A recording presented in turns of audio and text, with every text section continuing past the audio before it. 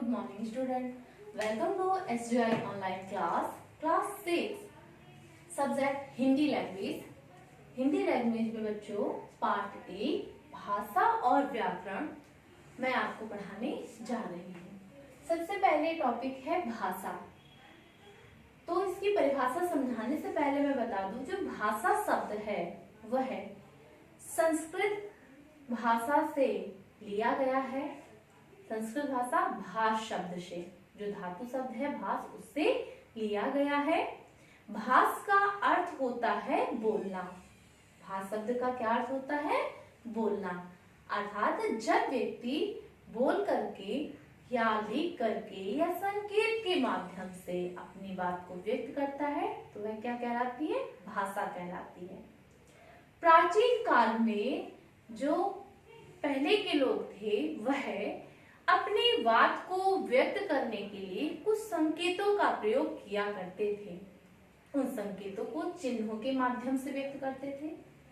वही चिन्ह अब जो वर्ण के रूप में परिवर्तित हुए और वह वर्ण एकत्रित होकर वर्णमाला बन गए। पहले उन्होंने चिन्हों के माध्यम से जैसे जैसे उनके रहन सहन बोलचाल में परिवर्तन आया, वैसे ही धीरे धीरे भाषा में भी परिवर्तन आता चला गया। अब समझते हैं कि भाषा की परिभाषा क्या है।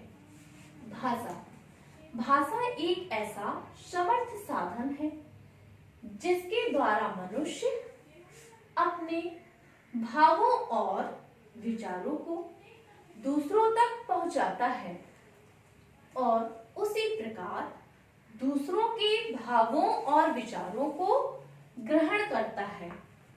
अर्थात पुनः मैं से आपको समझा रही हूं कि भाषा एक ऐसे अभिव्यक्ति का साधन है जिसके द्वारा मनुष्य अपने मन के भावों और विचारों को दूसरों तक पहुंचाता है तथा दूसरों के भावों और विचारों को स्वयं भी समझता है। तो यही एक अभिव्यक्ति का जो साधन है यह भाषा कहलाती है। भाषा के रूप कितने होते हैं या भाषा कितने प्रकार की होती है? तो भाषा आपके 3 रूप होते हैं: मौखिक, लिखित और सांकेतिक। मौखिक भाषा हम बोलकर व्यक्त करते हैं। अर्थात इस भाषा में जो अभिव्यक्ति होती है वह कैसी होती है? बोल करके या मौखिक रूप से होती है। जैसे आपने देखा होगा कि कक्षा में अध्यापक के द्वारा पढ़ाया जाना या बच्चों को समझाना, वह क्या होती है? मौखिक अभिव्यक्ति। जैसे बोल करके किसी भी एक टॉपिक को ले लिया, उस टॉपिक को आपको समझा रहे हैं, बता रहे हैं, तो वो कैसे कर रहे हैं? किस भाषा के द्वारा समझा रहे हैं? मौखिक अभिव्यक्ति के द्वारा। अर्थात मौखिक भाषा का प्रयोग कर रहे हैं वो समझाने में। कहीं पर 2 व्यक्ति का आपस में बातचीत करना, वो भी मौखिक अभिव्यक्ति हुई। अर्थात वो भी बोल करके अपने भावों को व्यक्त कर रहे हैं एक दूसरे से और वही भाव वह समझ भी रहे हैं। इसके बाद आता है दूसरा, लिखित भाषा। इस भाषा का प्रयोग हम लिख करके करते हैं और लिखित भाषा का प्रयोग ही सर्वाधिक राज्य काज में प्रयोग होता है या राज्य के कार्यालयों में प्रयोग होता है। उसका प्रयोग लिखित भाषा के रूप में होता है। लिखित भाषा क्या है? लिखित भाषा वह भाषा है जो लिख करके अपने भावों की अभिव्यक्ति को व्यक्त करता है। अर्थात व्यक्ति लेखन के माध्यम से ही अपनी बात को एक दूसरे से व्यक्त करता है। वह लेखन शैली के माध्यम से ही अपनी बात को दूसरों को समझाता है, तो वह लिखित भाषा हुआ। जैसे पत्र के माध्यम से लिख करके अपनी बात दूसरों तक पहुंचाना व दूसरों की बात उस पत्र के माध्यम से समझना, ये लिखित भाषा के अंतर्गत आया। इसके बाद है सांकेतिक भाषा। सांकेतिक भाषा का अर्थ है जहां पर व्यक्ति अपने भावों को संकेत के माध्यम से व्यक्त करता है, उसे सांकेतिक भाषा कहते हैं। जैसे क्रिकेट के मैदान में अंपायर द्वारा किया गया संकेत सांकेतिक भाषा का उदाहरण है। रेल यात्रा में गार्ड के द्वारा किया गया संकेत यह भी सांकेतिक भाषा का ही उदाहरण है। ट्रैफिक पुलिस के द्वारा ट्रैफिक नियमों का जो संकेत देता है वह भी सांकेतिक भाषा का ही प्रयोग है। अर्थात व्यक्ति अपने भावों को संकेत के माध्यम से व्यक्त करता है, उसे सांकेतिक भाषा कहते हैं। लिपि, लिपि क्या है? लिपि भाषा को लिखने का एक ढंग या तरीका है। अर्थात लिखने के एक तरीके को या ढंग को हम लिपि कहते हैं। लिपि में संस्कृत भाषा की और हिंदी भाषा की लिपि क्या है? देवनागरी। तो उसको लिखते समय हम देवनागरी लिपि का प्रयोग करते हैं। अंग्रेजी भाषा, अंग्रेजी भाषा की लिपि रोमन है। तो जब वह भाषा हम लिखते हैं तो किस लिपि में? रोमन में। रोमन की लिपि में लिखते हैं तो वह अंग्रेजी भाषा की लिपि। मराठी है, उसे उर्दू भाषा की लिपि में लिखते हैं। तो इस प्रकार यह लिपि हुई। इसके बाद है बोली। बोली क्या है? बोली एक विशेष क्षेत्र में बोली जाने वाली भाषा का विशिष्ट रूप बोली कहलाती है। अर्थात बोली जो है एक सीमित क्षेत्र होता है, ठीक है। एक सीमित क्षेत्र में बोले जाने वाली जो भाषा होती है उसे क्या कहते हैं? बोली कहते हैं। अर्थात किसी क्षेत्र में, एक ही क्षेत्र में एक ही प्रकार की बोली बोली जाती है। जैसे बुंदेलखंड हुआ, बुंदेलखंड में बुंदेली भाषा का प्रयोग होता है, तो वह बुंदेलखंड की बोली कहलाई बुंदेली। अवध में अवधी भाषा का प्रयोग हुआ, ब्रज में ब्रज भाषा का प्रयोग हुआ। तो वह क्या है? एक विशेष क्षेत्र में, उस क्षेत्र में बोली जाने वाली भाषा जो है वह क्या कहलाती है? बोली कहलाती है। बच्चों, मैं आपको पुनः समझाऊंगी कि भाषा क्या है। भाषा अभिव्यक्ति का एक ऐसा साधन है जिसके द्वारा व्यक्ति अपने मन के भावों और विचारों को दूसरों को व्यक्त करता है, वह दूसरे के मन के भावों और विचारों को समझता है। भाषा के रूप, भाषा के कितने रूप होते हैं? भाषा के 3 रूप होते हैं। पहला मौखिक, दूसरा लिखित और तीसरा सांकेतिक। मौखिक भाषा क्या है? मौखिक भाषा बोल करके समझाई जाती है। अर्थात व्यक्ति जब किसी बात को दूसरे को समझाता है तो बोल करके जो अभिव्यक्ति व्यक्त कर रहा है वह मौखिक भाषा हुई। लिखित भाषा, लिख करके अपनी बात को दूसरों तक पहुंचाना व दूसरों की बात को स्वयं समझना। किसके माध्यम से? लेखन के माध्यम से या पत्र के माध्यम से, जैसे हो गया, या किसी नोटबुक में लिखने के माध्यम से, या अपनी बात किसी दूसरे तक पहुंचाना ही लेखन भाषा कहलाती है। मौखिक भाषा हो गई, लिखित भाषा आपकी हो गई। इसके बाद है सांकेतिक भाषा। सांकेतिक भाषा जैसा भी आपको समझाता है कि सांकेतिक भाषा वह भाषा होती है जो संकेतों के माध्यम से व्यक्ति व्यक्त करता है, या संकेत के माध्यम से जो बात हम दूसरों को समझाते हैं वह सांकेतिक भाषा कहलाती है। जैसे क्रिकेट मैच के मैदान में अंपायर द्वारा किया गया संकेत, वह सांकेतिक भाषा है। उन्होंने अपने भावों को संकेतों के माध्यम से व्यक्त किया। रेलगाड़ी में रेलगार्ड के द्वारा किया गया हरी झंडी या लाल झंडी के हिला करके जो वह संकेत दे रहा है रुकने या चलने का, यह भी सांकेतिक भाषा है। उसने भी संकेत के माध्यम से व्यक्त की अपनी बात को। इसके बाद जैसे सड़क के नियमों का पालन करते हुए ट्रैफिक पुलिस के द्वारा किया गया संकेत, वह भी सांकेतिक भाषा के अंतर्गत आता है, क्योंकि वह जो है संकेत के माध्यम से ही ट्रैफिक को किस ओर जाना है, कहाँ रुकना है, इसका संकेत प्रदान करता है, तो वह सांकेतिक भाषा कहलाता है। इसके बाद लिपि। लिपि क्या है? जैसा कि बताया था कि लिपि लिखने का एक ढंग व तरीका है जिसके माध्यम से व्यक्ति उस भाषा को लिखता है, उसे लिपि कहते हैं। बोली। बोली एक सीमित क्षेत्र में बोली जाने वाली वह भाषा कहलाती है जिसका सिर्फ एक क्षेत्र विशेष में ही प्रयोग किया जाता है। उसे हम क्या कहते हैं? बोली कहते हैं। जैसे बुंदेलखंड में बुंदेली भाषा का बोला जाना, अर्थात वहां जो एक क्षेत्र है वहां पर सर्वाधिक मीन्स सबसे अधिक बुंदेलखंड में बुंदेली की भाषा का प्रयोग होता है, तो वह बुंदेली भाषा कहते हैं, अर्थात वह वहां की बोली है। अवध में बोली जाने वाली अवधी हो गई, तो वह भी वहां की बोली जाने वाली एक भाषा है। अर्थात किसी विशेष क्षेत्र स्थान पर बोली जाने वाली जो भाषा वह बोली कहलाती है। बच्चों, अब आपको इसके साथ साथ जैसा कि मैंने आपको समझाया कि भाषा किसे कहते हैं, भाषा के कितने रूप होते हैं, व भाषा के जो रूप हैं उन्हें कैसे व्यक्त किया जाता है, ये भी आपने पढ़ा व समझा। अब इसके बाद आप लिपि को समझेंगे कि लिपि क्या है और बोली क्या है, कि बोली किसी विशेष क्षेत्र में बोली जाने वाली भाषा बोली है जिसका प्रयोग एक विशेष क्षेत्र स्थान पर किया जाता है। आज के लिए इतना ही। Thank you.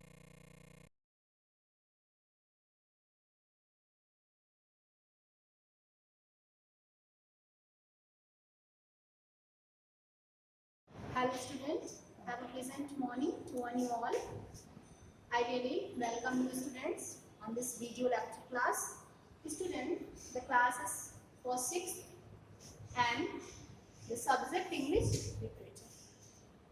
Students, in our previous lecture we have completed the chapter, the first chapter, Anansi affix. The first chapter, Anansi affix, and we have seen that Anansi met to his bad end, to his horrible end because of his nature, because of his great nature.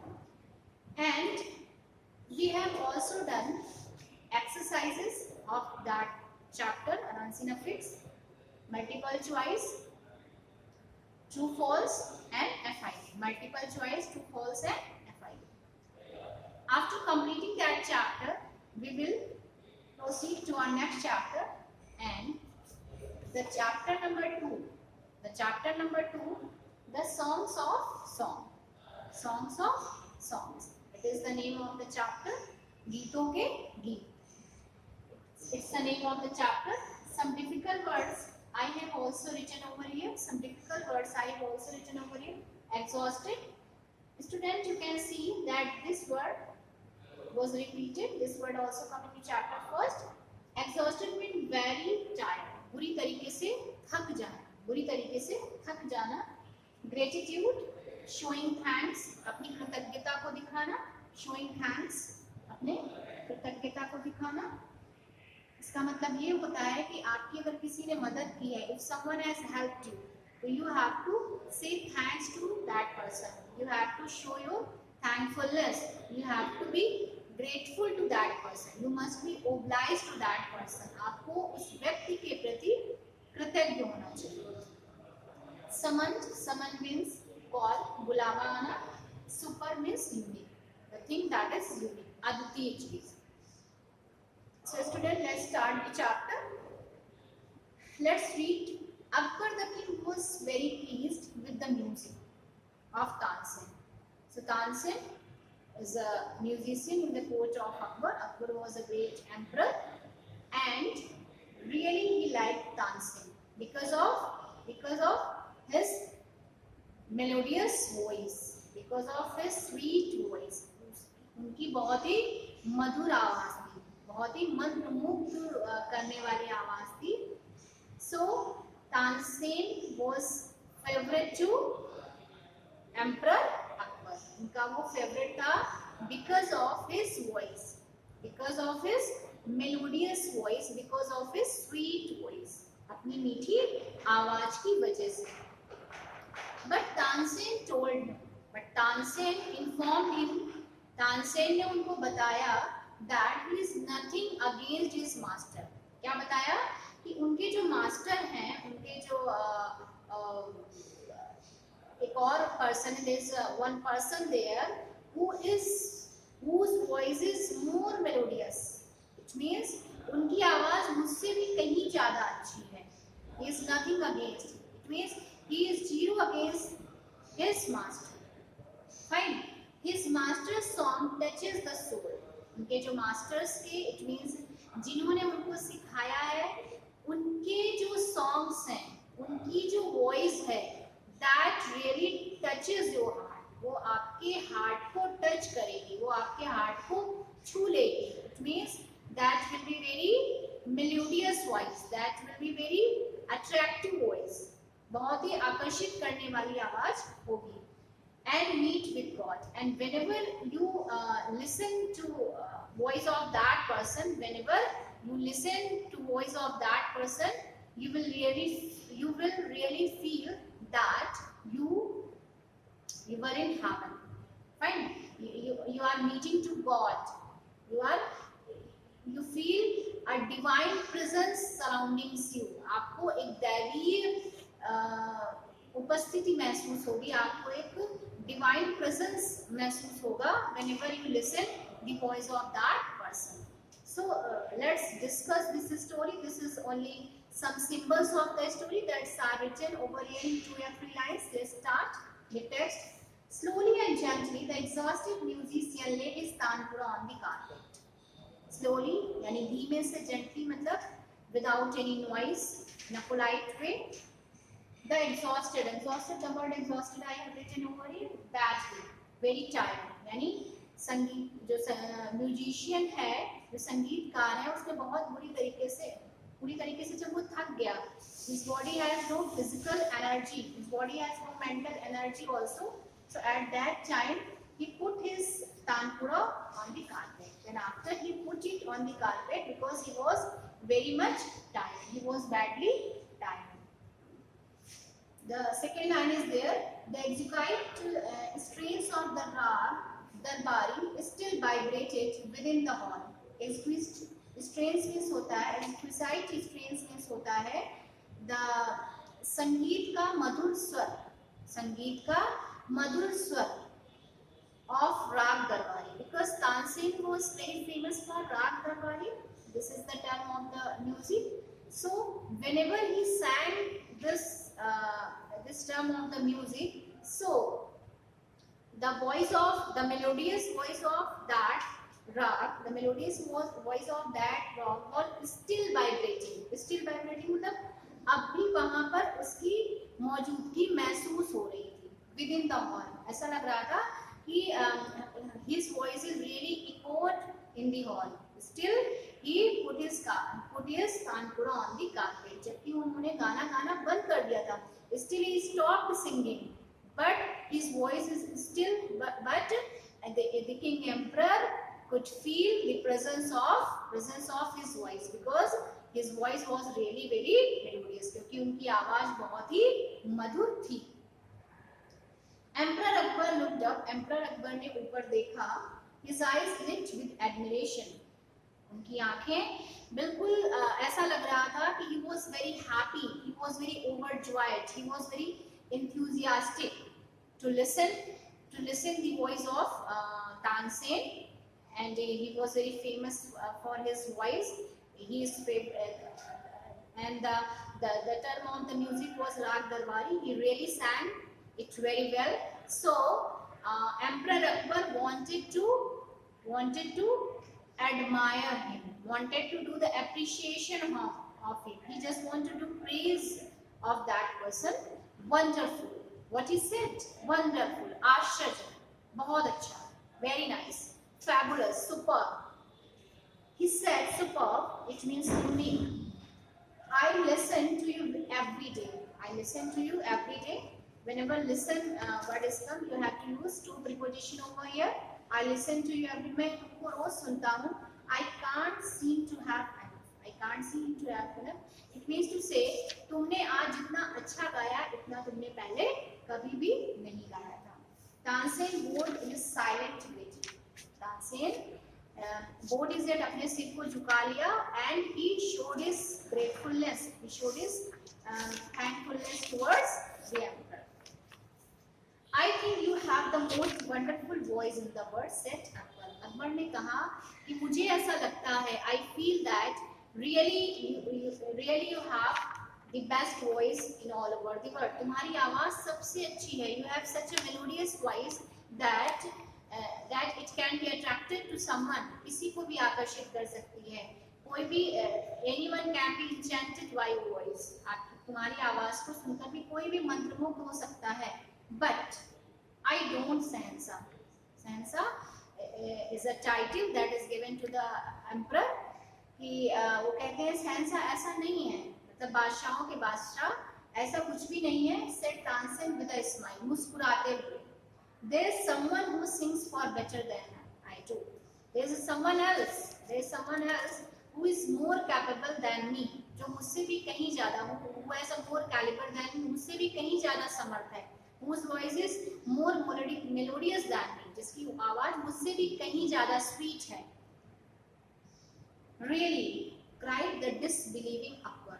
Really, of course, वास्तव में, cried. It means Akbar चिल्लाया, because he was feeling that you have the most wonderful voice in all over the world. तुम्हारी आवाज़ सबसे ज़्यादा अच्छी है.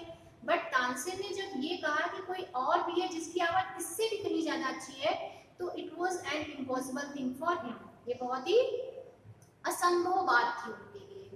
Disbelieving, it means ना विश्वास करते हुए वो चिल्लाए और बोले, then I must have him sing in my court.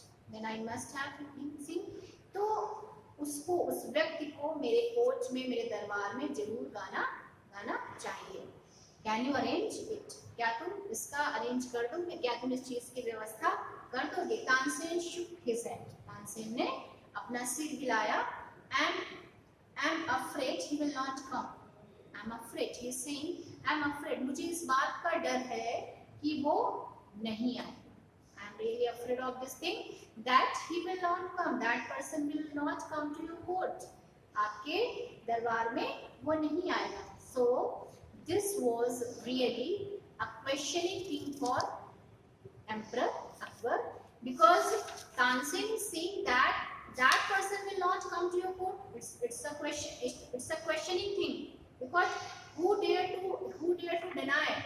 कौन ऐसा होगा जो अकबर की बात को डिनाई करे कि मैं वहाँ पर नहीं जाऊँगा. It was really an impossible thing for King Akbar. Sir, what not even if he hears that the emperor himself summoned him? What? क्या अगर कोई ये सुनेगा कि एम्परर अकबर ने मुझे बुलाया है तो वो नहीं आएगा? No, not even. So Tansen is saying no. फिर भी वो नहीं आएगा. It was the negative reply for King Akbar. So he was really surprised. He was really surprised to listen the answer of the Tansen. So student, I think you have got this chapter very well. So we will continue this chapter in our next class. That is enough for you. I think you have enjoyed this story. It's an interesting story. I will continue it in our next class. Till now, thanks and have a nice day to one you all.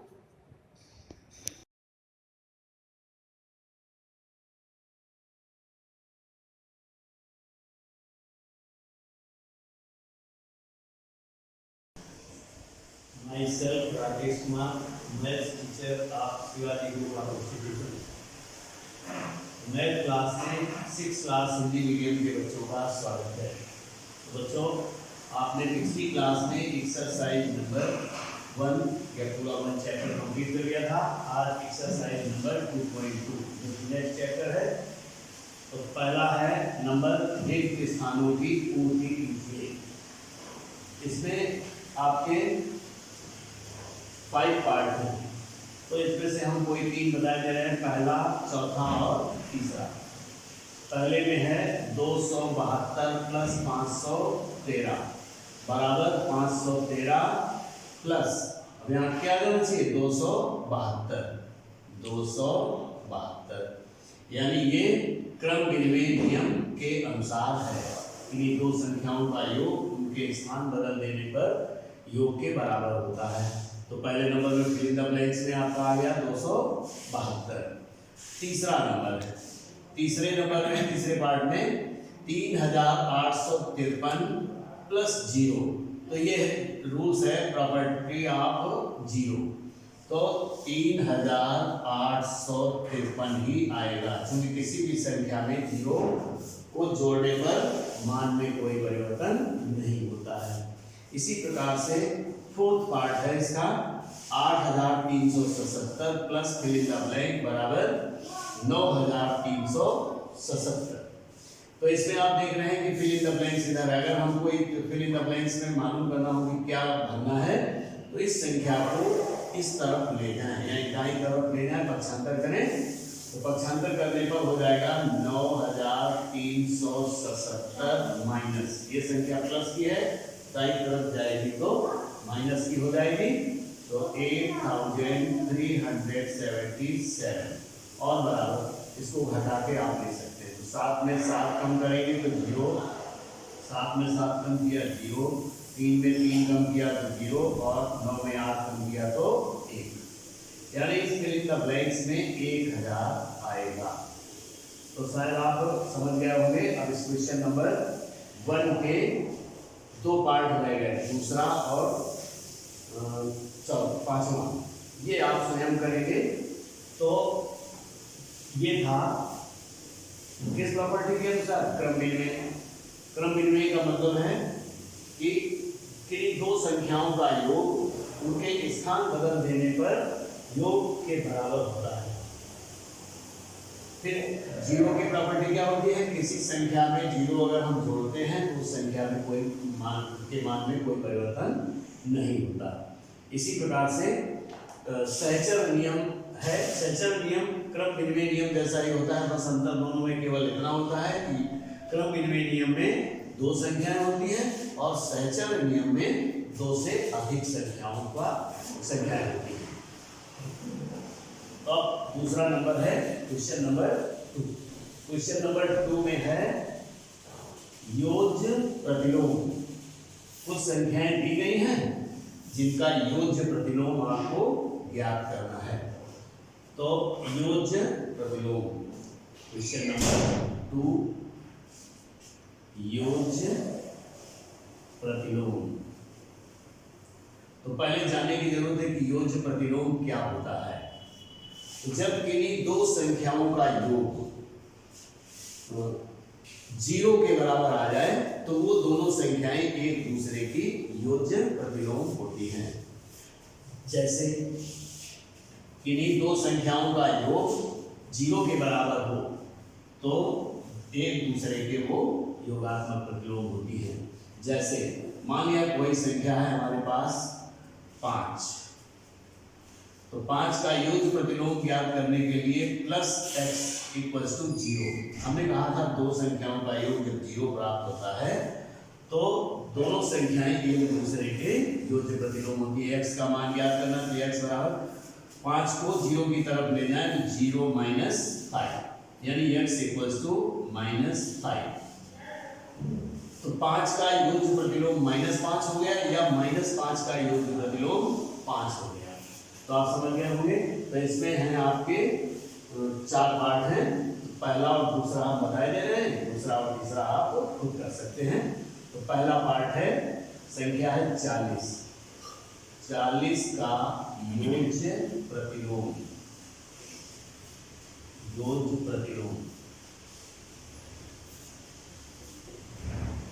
योज्य प्रतिलोम ज्ञात करने के लिए फिर से यही system करते हैं। तो 40 + x = 0, यानी कौन सी संख्या है जिसको 40 में जोड़ते हैं तो 0 प्राप्त हो जाता है। x = 0 - 40 या x = 40। समझ में आ गया हो, -40 समझ में आ गया होगा। इसी प्रकार से इसका सेकेंड पार्ट है। सेकेंड पार्ट में है माइनस की संख्या -20 तो प्लस x, इसका भी योज्य प्रतिलोम ज्ञात करना है। तो = 0, तो x = -20 का साइड चेंज करके दाईं तरफ ले जाएंगे तो हो जाएगा 20। तो x = 20, यानी -20 का योज्य प्रतिलोम 20 है या 20 का योज्य प्रतिलोम -20 है। इन दोनों क्वेश्चंस को सॉल्व करने से पता चला कि केवल संख्या का चिन्ह बदलने यानी अगर संख्या धनात्मक है तो माइनस लगा दें, अगर माइनस की है तो माइनस हटाकर प्लस लगा दें, तो संख्याओं के युक्त प्रतिलोम प्राप्त हो जाते हैं। अब क्वेश्चन नंबर 3 है, क्वेश्चन नंबर 3।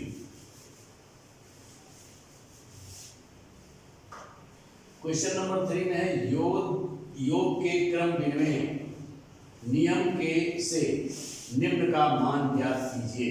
तो इसमें 4 पार्ट हैं, हम कोई एक पार्ट पहले हैं, सब सेम है। तो क्वेश्चन नंबर 3 का हम थर्ड पार्ट बता रहे हैं।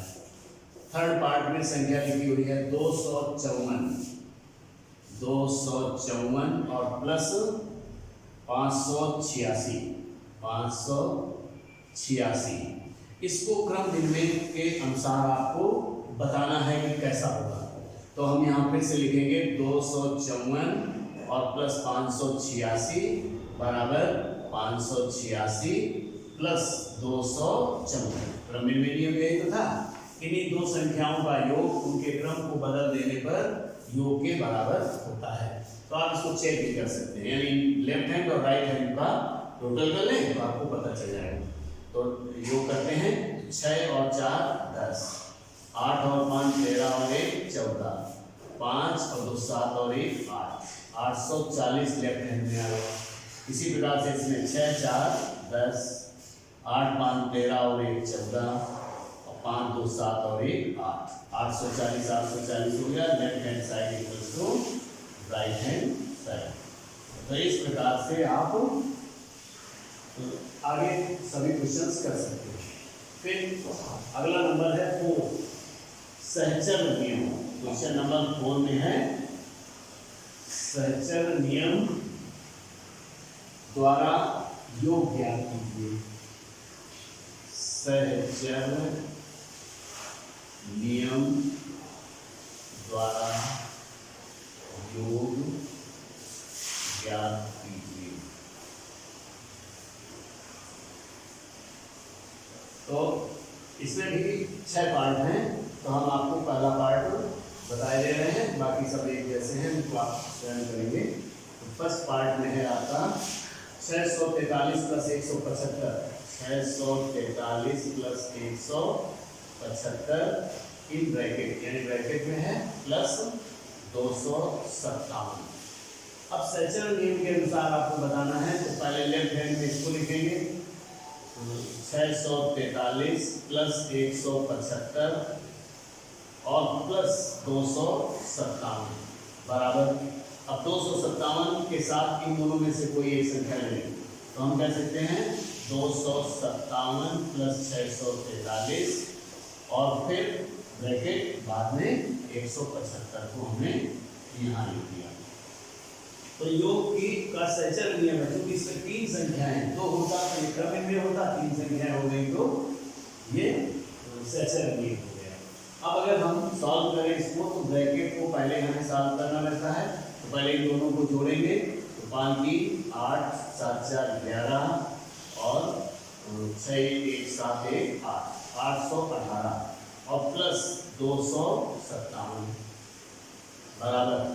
इसमें भी ब्रैकेट को पहले सॉल्व करेंगे, तो 3 और 7 10 हो गया और 4 5 9 1 10 हो गया, 6 2 8 और 1 9 हो गया और प्लस 175 हो गया। इसको भी जोड़ दें अगर, तो 8 7 15 हो गया, 5 और 1 6 और 1 7 हो गया, 8 2 10 हो गया। इसी प्रकार से इसमें भी, तो ये भी हो गया 5 7 और 10, यानी 1075 बराबर 1075, यानी left hand side equals to right hand side. तो सभी क्वेश्चन, बाकी पार्ट जो इसके और हैं, ये क्वेश्चन नंबर था आपका 4। बाकी जो पार्ट हैं ये आप इन्हीं के अनुसार कर सकते हैं। तो अब फिल इन द ब्लैंक्स है, तो ट्रू फॉल्स है। तो ट्रू फॉल्स में देखिए, निम्नलिखित कथनों के सामने सही और सही गलत का चिन्ह लगाइए। पहला, किन्हीं 2 सम संख्याओं का योग एक सम संख्या होती है, ये सही है। जैसे 4 और 2 को जोड़ेंगे, 4 भी है और सम संख्या 2 भी है, 6 आ जाएगा, 6 भी सम संख्या। दूसरा नंबर है एक विषम संख्या तथा एक सम संख्या का योग एक विषम संख्या होती है, तो ये भी सही है। दो विषम संख्याओं का योग एक विषम संख्या होती है, तो ये गलत है, क्योंकि जैसे 3 और 7 को जोड़ेंगे तो 10 हो जाएगा और 7 10 एक सम संख्या है। इसी प्रकार से अगला, जब एक पूर्ण संख्या को किसी अन्य पूर्ण संख्या में जोड़ा जाता है तो वही संख्या प्राप्त होती है, गलत होगी। प्रत्येक प्राकृतिक संख्या एक पूर्ण संख्या होती है, सही है। प्रत्येक पूर्ण संख्या 0 से बड़ी होती है, तो 0 से लेकर होता है, 0 से बड़ी नहीं, 0 से पूर्ण संख्या 0 से स्टार्ट की जाती है, इसलिए गलत। तो बच्चों इस क्लास में बस इतना ही, आगे नेक्स्ट क्लास में थैंक यू।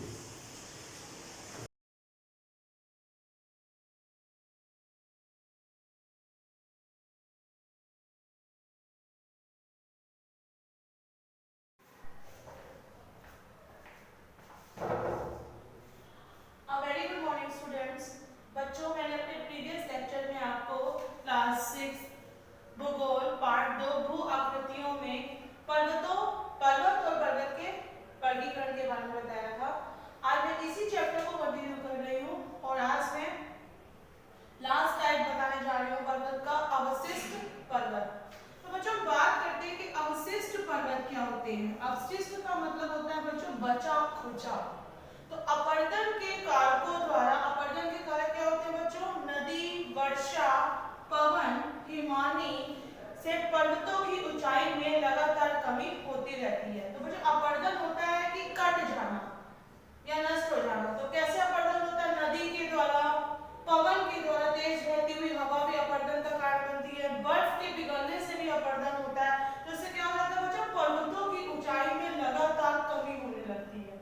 इस प्रकार अपर्दन के पश्चात पर्वतों का बचा अवशिष्ट ही क्या कहलाता है? अवशिष्ट पर्वत कहलाता है। देखिए जैसे ये पर्वत है, ऊपर वर्षा है, ये पवन द्वारा क्या हो रहा है बच्चों? पवन द्वारा क्या हो रहा है? पर्वतों की पवनें यहाँ से चल रही है, पर्वतों से टकरा रही है, तो ये अपर्दन करेगी, चाहे आज नहीं, कल नहीं, हजारों वर्ष में करें, लेकिन ये अपर्दन जरूर करेगी। तो पवन द्वारा भी क्या होता है? पर्वतों से टकराती है, अपर्दन होता है। वर्षा का जल पर्वतों पर पड़ रहा है, इससे भी क्या हो रहा है बच्चों?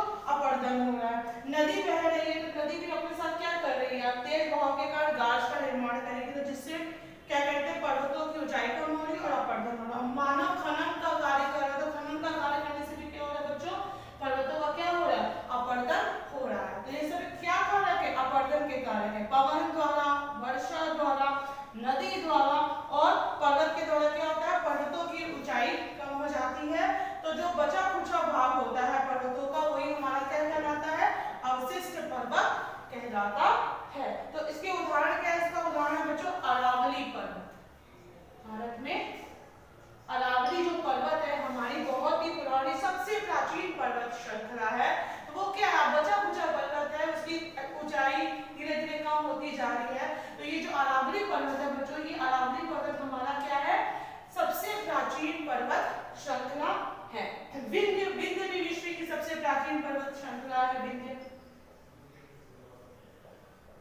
विंध्याचल।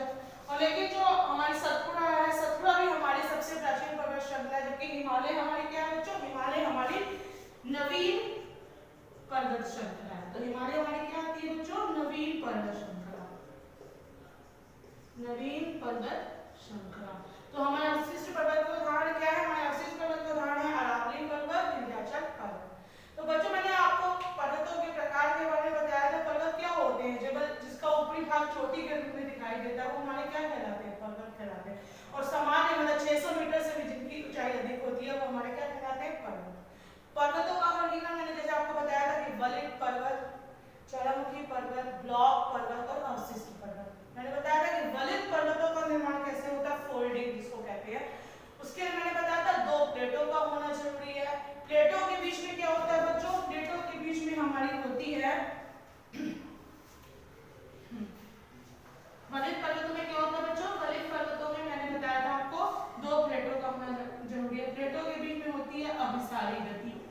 अभिसारी गति होने से क्या होता है बच्चों? संपीड़न बल होता है, संपीड़न बल होता है। और संपीड़न बल होने से क्या होता है बच्चों? वलन की प्रक्रिया होती है। जिससे क्या होता है वलित पर्वतों का निर्माण होता है। संपीड़न के अंदर कंप्रेसिव फोर्स, कंप्रेसिव फोर्स। भ्रंशन से भी पर्वतों का निर्माण होता है। दूसरा टाइम मैंने आप लोगों को बताया था भ्रंशन यानी फॉल्टिंग। तो भ्रंशन से भी पर्वतों का निर्माण होता है, जैसे ब्लॉक पर्वत। तो भ्रंशन में क्या होता है बच्चों, तनाव मूलक बल पड़ता है। क्या पड़ता है? तनाव मूलक बल यानी टेंसाइल फोर्स, टेंसाइल फोर्स। तो टेंसाइल फोर्स पढ़ने से क्या होता है बच्चों, अगर तीन प्लेटें हैं, तीन प्लेट्स हैं या दो प्लेट हैं, दो प्लेट में से अगर आप एक दरार पड़ गई और एक प्लेट हमारी नीचे की ओर आ गई तो ये हमारी क्या होगी, भ्रंश या घाटी का निर्माण करेगी। क्या करेगी बच्चों? भ्रंश या घाटी का निर्माण करेगी, क्योंकि इसमें क्या पड़ रहा है, इसमें बल पड़ रहा है, जिससे क्या होगा, ये भ्रंश या घाटी का निर्माण करेगी। इसी तरह हम इसमें उदाहरण देते हैं तीन प्लेटें। अभी दो प्लेट की बात कर रहे थे, अब तीन प्लेटें, तीन प्लेट से ये देखिए ये तीन प्लेट है। तो दरार पड़ी, दरार पड़ने से बल पड़ रहा है, बल पड़ने से क्या हो गया बच्चों, बीच वाला भाग ऊपर की ओर उठ गया, बीच वाला भाग ऊपर की ओर उठ गया। तो ये किस चीज का निर्माण कर रहा है, ये ब्लॉक पर्वत का निर्माण कर रहा है। किस चीज का निर्माण कर रहा है बच्चों? ब्लॉक पर्वत का निर्माण कर रहा है। तो ये हमारा भ्रंशन से भी हमारे पर्वतों का निर्माण होता है। तीसरा हमने आप लोगों को बताया था ज्वालामुखी पर्वत। तो ज्वालामुखी पर्वत का क्या बच्चों निर्माण क्या होता है, ज्वालामुखी से होता है, लावा से होता है। तो जिसमें मैंने बताया था सबसे पहले सिंडर शंकु। सिंडर शंकु क्या होते हैं बच्चों, इसमें मेन क्या होता है, राख का योगदान होता है। अब ये हमारे क्या है, सिंडर शंकु है, ये हमारा मैग्मा का पाइप है। तो मैग्मा के पाइप से हमारा क्या हो रहा है बच्चों, भाप। तो इसमें मेन भूमिका क्या होती है, राख की होती है। जिन पर्वतों का निर्माण राख के द्वारा होता है उन्हें हम लोग क्या कहते हैं, सिंडर शंकु कहते हैं। उसके बाद मैंने आप लोगों को बताया था मिश्रित शंकु। मिश्रित शंकु में क्या होता है बच्चों, मिश्रित शंकु में राख के अलावा मैग्मा के पाइप से खनिज पदार्थ भी निकल रहे हैं, कंकड़ पत्थर भी निकल रहे हैं और हमारा मैग्मा भी, लावा भी निकल रहा है। तो राख के अलावा जब इससे ये सब चीजें निकलती हैं तो जिनसे जिस पर्वतों का निर्माण होता है उसे हम लोग मिश्रित शंकु कहते हैं। नेक्स्ट हमारे आते हैं परितोषित शंकु। परितोषित शंकु, तो परितोषित शंकु में क्या होता है बच्चों, ये मैग्मा का पाइप है, मैग्मा का पाइप फट जाने से अगल बगल शंकुओं का निर्माण हो जाता है। अगल बगल देखिए शंकुओं का निर्माण हो गया, तो ये हमारे क्या परितोषित शंकु, ये अपने पालन पोषण के लिए दूसरे शंकुओं पर निर्भर रहते हैं। परितोषित मतलब दूसरों पर निर्भर रहते हैं। तो ये हमारे क्या है, ज्वालामुखी पर्वत। तो ज्वालामुखी पर्वत के लिए बच्चों मैंने आप लोगों को बताया था कि दो प्लेटों के मध्य में क्या होता है बच्चों, अभिसारी गति होती है। क्या होती है, अभिसारी गति होती है, जिससे प्लेटों के आकार में भी अंतर आ जाता है। एक भारी प्लेट होती है, एक हल्की प्लेट होती है। तो बच्चों जैसे ये दो प्लेट है, ये है हमारी आ गई भारी प्लेट, ठीक है, और ये हमारी हो गई हल्की प्लेट। तो बच्चों क्या हो गया, दो प्लेटों के बीच अपसारी गति हुई, दोनों प्लेटें एक दूसरे के पास आ रही हैं। तो क्या हो गया, जो भारी प्लेट हो रही है वो अंदर की ओर चली गई है और पृथ्वी के आंतरिक भाग में तापमान अधिक होने के कारण क्या हो जाएगा, ये प्लेट पृथ्वी के आंतरिक भाग में जाकर क्या हो जाएगी बच्चों, पिघलने लगेगी। क्या करने लगेगी, पिघलने लगेगी। और क्या कहते हैं, गर्म होने के कारण ये पिघल जाएगी, यानी प्लेटों का क्या हो जाएगा, विनाश हो जाएगा। प्लेटों का गर्म होने के कारण ये प्लेटें पिघल जाएंगी और प्लेटों का विनाश हो जाएगा और इसमें से क्या हो जाएगा, फिर ये क्या करेंगे, मैग्मा का निर्माण करेंगे। क्या करेंगे बच्चों, मैग्मा का निर्माण करेंगी और फिर मैग्मा बाहर आने पर ठंडा होकर क्या करता है, ज्वालामुखी पर्वतों का निर्माण करता है। आई थिंक आप लोगों को समझ आ गया होगा कि ज्वालामुखी पर्वतों का निर्माण कैसे होता है। और फिर फोर्थ हमारा टाइप होता है अवशिष्ट पर्वत। जैसा कि मैं बता चुकी हूँ कि अवशिष्ट पर्वतों का निर्माण पर्वतों की ऊंचाई अपरदन के कारण कम हो जाने के कारण जो बचा कुचा भाग होता है वही हमारा क्या करता है, अवशिष्ट पर्वतों का निर्माण करता है। तो चार प्रकार के पर्वत हैं, वलित पर्वत, ब्लॉक पर्वत, ज्वालामुखी पर्वत और अवशिष्ट पर्वत।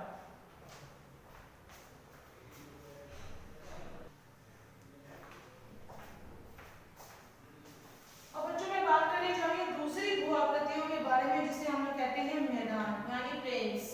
तो बच्चों मैदान क्या होते हैं, मैदान समतल भूमि के बहुत बड़े भाग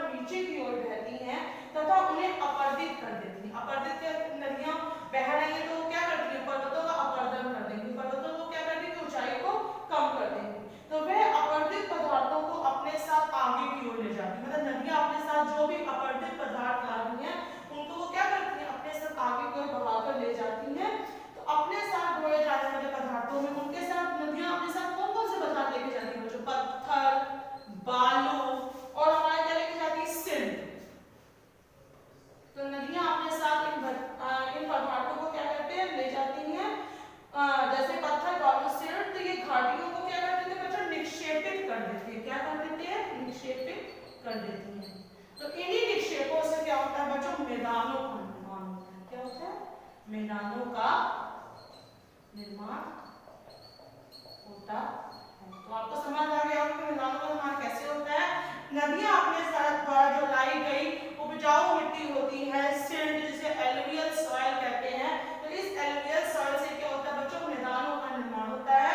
साधारणतः मैदान बहुत अधिक उपजाऊ होते हैं, यहाँ परिवहन के साधनों का निर्माण करना आसान होता है। तो बच्चों मैदान क्या होते हैं? अधिकतर उपजाऊ होते हैं, इसलिए पर्वतों की तुलना में मैदानों में रहना बहुत अधिक लाभकारी होता है, क्योंकि खेती के लिए उपयुक्त होते हैं, परिवहन के साधनों का निर्माण करना आसान होता है, इसलिए ये मैदान विश्व के सबसे अधिक जनसंख्या वाले भाग कहलाते हैं।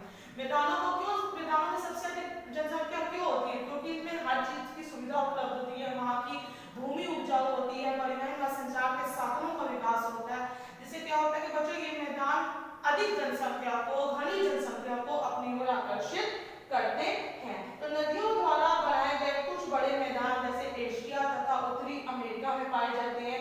एशिया में स्थित भारत का गंगा ब्रह्मपुत्र का मैदान विश्व का सबसे ज्यादा उपजाऊ मैदान है। गंगा व ब्रह्मपुत्र का मैदान इज वर्ल्ड लार्जेस्ट डेल्टा, ये संसार का सबसे बड़ा उपजाऊ मैदान है। तथा चीन में यागत्से नदी का तथा चीन में यागत्से नदी का मैदान इसके प्रमुख उदाहरण है। तो बच्चों मैदान क्या होते हैं? उपजाऊ होते हैं। मैदानों का निर्माण कैसे होता है? नदियों द्वारा लाए गए बचे कुचे पदार्थों से, बचे पदार्थों में क्या आता है बच्चों? पत्थर, बालू, सिल्ट यानी एलुवियल सॉइल से मैदानों का निर्माण होता है। Now that's all for today. I will continue this chapter in my next video.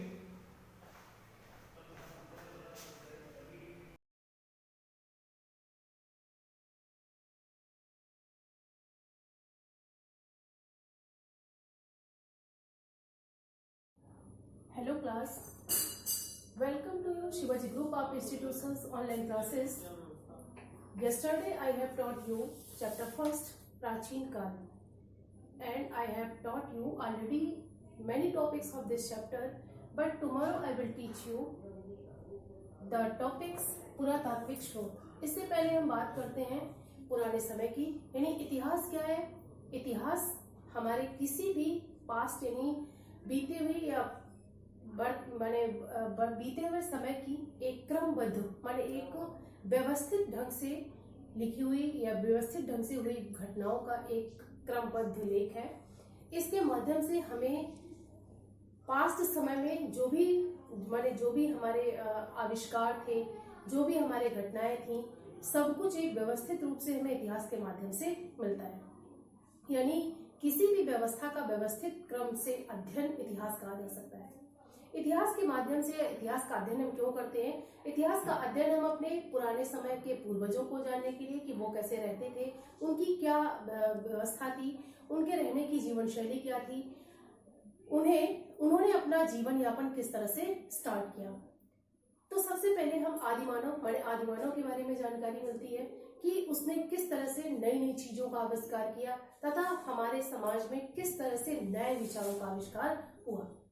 हम उन राजाओं के बारे में तथा राजाओं के साथ साथ एक साधारण मानव के बारे में या साधारण मानव की जीवन शैली के बारे में भी हमें पता चलता है इतिहास के माध्यम से। इतिहासकारों ने इतिहास के अध्ययन के लिए कई तरह के स्रोत खोजे हैं, जिनमें से दो प्रमुख रूप से हैं, जिनमें क्या है? साहित्यिक स्रोत और पुरातात्विक स्रोत।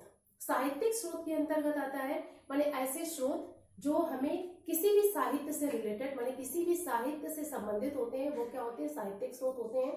जैसे साहित्यिक स्रोत के अंतर्गत हमारी कई भाषाएं इंक्लूड होती हैं, जैसे हिंदी, संस्कृत, पाली, प्राकृतिक कई ऐसी भाषाएं होती हैं जो हमें साहित्यिक स्रोत के बारे में जानकारी देती हैं।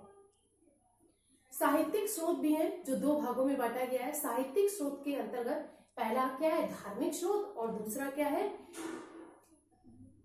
पहला धार्मिक स्रोत और दूसरा लौकिक स्रोत। धार्मिक स्रोत के बारे में माने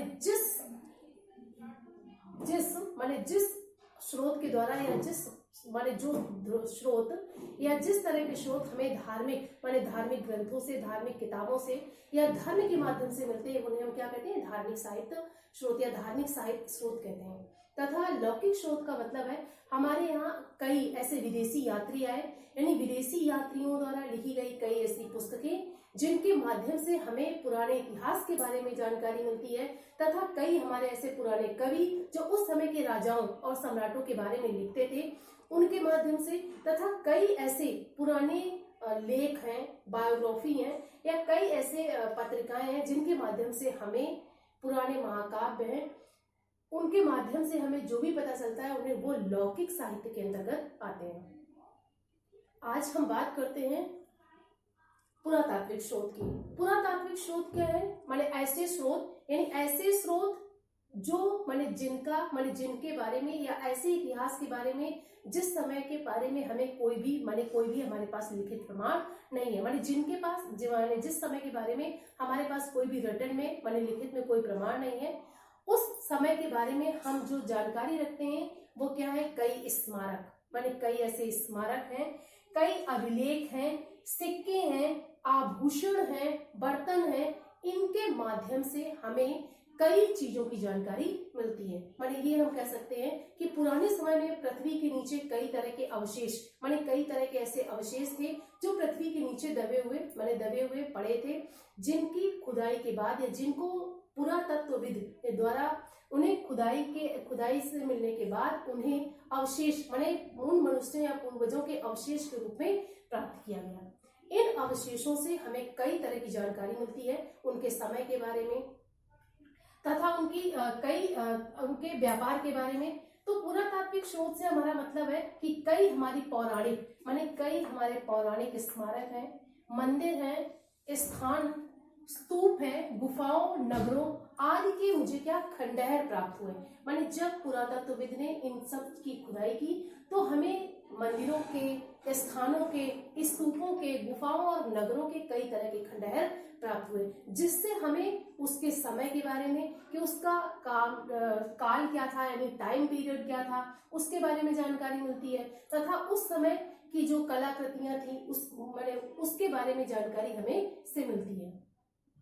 आइए हम बात करते हैं कि उस समय मोहनजोदड़ो जो सबसे प्रमुख पुरातात्विक स्रोतों में से थे, मोहनजोदड़ो, हड़प्पा, पाटलिपुत्र, तक्षशिला, अन्य धार्मिक स्थानों, यानी कई धार्मिक स्थान भी ऐसे हैं जो हमें प्राचीन काल की सभ्यताओं के बारे में जानकारी देते हैं। कई ऐसी जगह या कई ऐसे स्थान जिनके कई, जैसे मोहनजोदड़ो या हड़प्पा की खुदाई से हमें बहुत सारी चीजें मिली। जैसे उस समय की जो व्यवस्था थी वो क्या थी? नगरीय थी। सारी जो व्यवस्था थी, निकासी की व्यवस्था अच्छी थी, एक महान स्नानागार था, धन्यागार बनाए जाते थे। कई ऐसी चीजें थी जो हमें इस सभ्यता के माध्यम से पता चलती हैं। तथा अब हम बात करते हैं धार्मिक स्थानों से, तो धार्मिक स्थानों से भी हमें प्राचीन काल की सभ्यताओं की जानकारी मिलती है। उस समय शिक्षा प्रणाली क्या था, यानी शिक्षा का क्या माध्यम था या शिक्षा किस तरह से डेवलप हो रही थी, उसके बारे में जानकारी मिलने के लिए हमें नालंदा तथा विक्रमशिला के खंडहर जो प्राप्त हुए हैं उससे हमें उस समय की शिक्षा प्रणाली के बारे में पता चलता है। तो हम ये कह सकते हैं कि शिक्षा प्रणाली क्या थी, यानी प्राचीन काल की जो शिक्षा प्रणाली थी, शिक्षा प्रणाली के माध्यम से हमें किसी नालंदा तथा विक्रमशिला के खंडहर से भी प्राप्त होती है। कई ऐसी चीजें जैसे बाहरी देशों के स्मारक, जो क्या थे, हमारे विदेशी देश थे, बाहरी देश थे, उनके स्मारक जैसे क्या थे, कंबोडिया में अंकोर वाट का मंदिर तथा जावा में बोरोबुदर के मंदिर जो है वो हमें बाहरी क्षेत्र या विदेशी स्मारकों के रूप में प्राप्त हुए। इसका मतलब ये था कि कई ऐसे लोग थे जो भारत में उनका आगमन था। तो पुरातात्विक स्रोत का मतलब ये है कि पुरातात्विक स्रोत ऐसे स्रोत जिनके बारे में कुछ भी लिखित प्रमाण नहीं है, जिनको देखकर हम ये समझ सकते हैं कि ये एक हमारे माने प्राचीन काल की सभ्यताओं और संस्कृति के बारे में जानकारी देते हैं। आइए हम बात करते हैं सिक्के। सिक्के मतलब उत्खनन, माने उत्खनन के समय, माने जब मनुष्य ने प्राचीन काल की सभ्यता की जानकारी के लिए उसने उत्खनन व्यवस्था यानी उत्खनन के समय बहुत सारे सिक्के निकाले गए। माने जब पृथ्वी का उत्खनन किया गया तो उस समय क्या था, बहुत सारे सिक्के निकाले गए या सिक्कों की जो मात्रा थी वो बहुत अधिक थी। जैसे उस समय क्या थे, सोने, चांदी, तांबा तथा अन्य धातुओं के सिक्के मुझे मिले या अन्य धातुओं के सिक्के जो थे वो इतिहासकारों ने प्राप्त किए, जिसके माध्यम से हमें ये पता चलता है कि जितनी मूल्यवान धातु उस समय सिक्के में प्रयोग की जाती थी, इसका मतलब आर्थिक व्यवस्था भी उस समय की उतनी अधिक सुदृढ़ थी। जैसे मान लीजिए हम बात करते हैं सोने के सिक्के, तो सोने के सिक्के कनिष्क के समय काल में सोने के सिक्के प्रयोग किए जाते थे। तो इसका मतलब यह है कि उस समय की जो आर्थिक व्यवस्था थी बहुत ही सुदृढ़ थी। समय की जानकारी माने हमें सिक्कों के माध्यम से, माने क्योंकि सिक्कों पर समय भी कालांकित था, कालांकित मतलब अंकित था, माने सिक्कों पर समय अंकित होने के साथ हमें ये पता चलता है कि पुराने समय में जो समय था, समय की जानकारी भी हमें सिक्कों के माध्यम से मिलती है। तथा सिक्कों की माने सिक्के मिलने से हमें उस समय विदेशी यानी कई ऐसे विदेशी सिक्के थे जिससे प्राप्त होने से हमें ये पता चलता है कि सिक्कों के प्राप्त होने से कि हमारे देश में विदेशी व्यापार भी था, जिससे क्योंकि विदेशों के सिक्के ऑलरेडी विदेशी व्यापार से ही प्राप्त होते थे।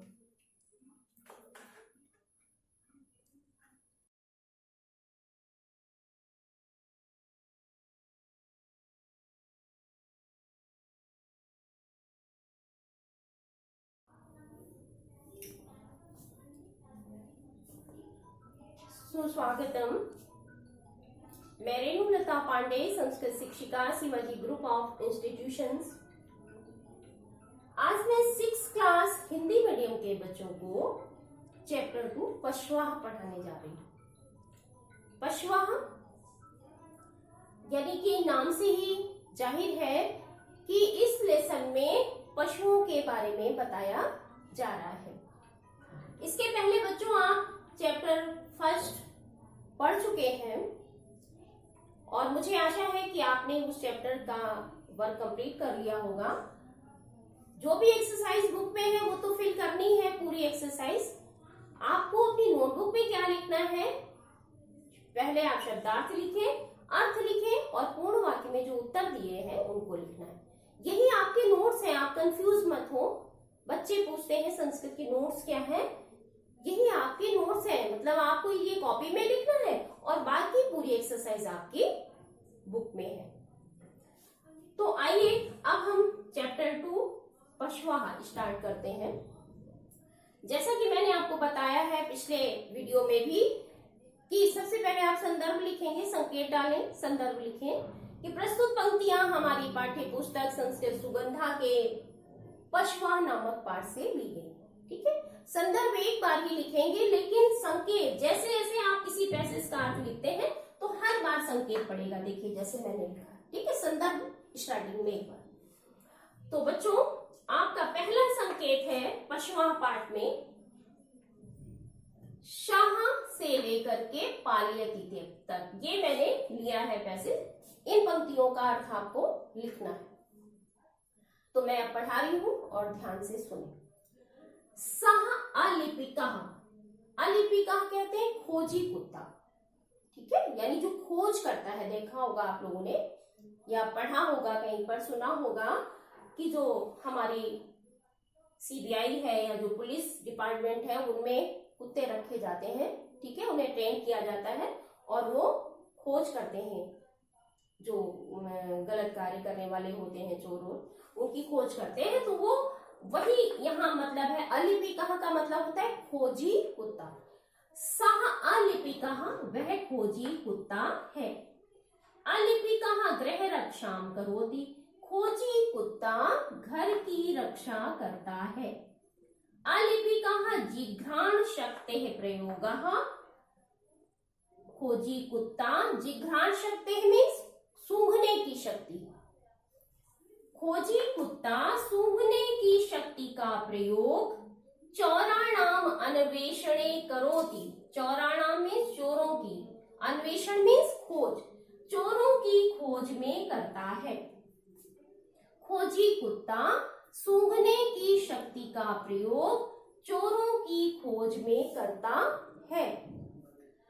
सैनिकः तं पालयति, सैनिक उसे पालता है। वह खोजी कुत्ता है, खोजी कुत्ता घर की रक्षा करता है। खोजी कुत्ता सूंघने की शक्ति का प्रयोग चोरों की खोज में करता है। सैनिकः तं पालयति, सैनिक उसे पालता है। ठीक है, क्लियर हो गया? तो ये आपका पहला संकेत है और ये इसका मैंने अर्थ पढ़ाया है। ध्यान दें कि आपको ये संस्कृत पंक्तियां नहीं लिखनी है, ये तो मैंने आपकी बुक से ही ली है आपको इसका अर्थ बताने के लिए। आपको सिर्फ संकेत डालना है और अर्थ लिखना है। समझ गए बच्चों? अब आइए दूसरा संकेत, सा डैश डैश गच्छन्ति। देखिए ये सा और से लेकर गच्छन्ति तक का अर्थ मैं आपको बता रही हूँ। तो सा सारमेया, वह कुतिया है। सा अपि गृह रक्षाम करोति, सा मीन्स वह, अपि मीन्स भी, घर की रक्षा करती है, वह भी घर की रक्षा करती है। सारमेया सावकः माता से गच्छन्ति, कुतिया के बच्चे माता के साथ जाते हैं, गच्छन्ति जाते हैं। वह कुतिया है, वह भी घर की रक्षा करती है, कुतिया के बच्चे माता के साथ जाते हैं। तो बच्चों ये आपका दूसरा संकेत हो गया।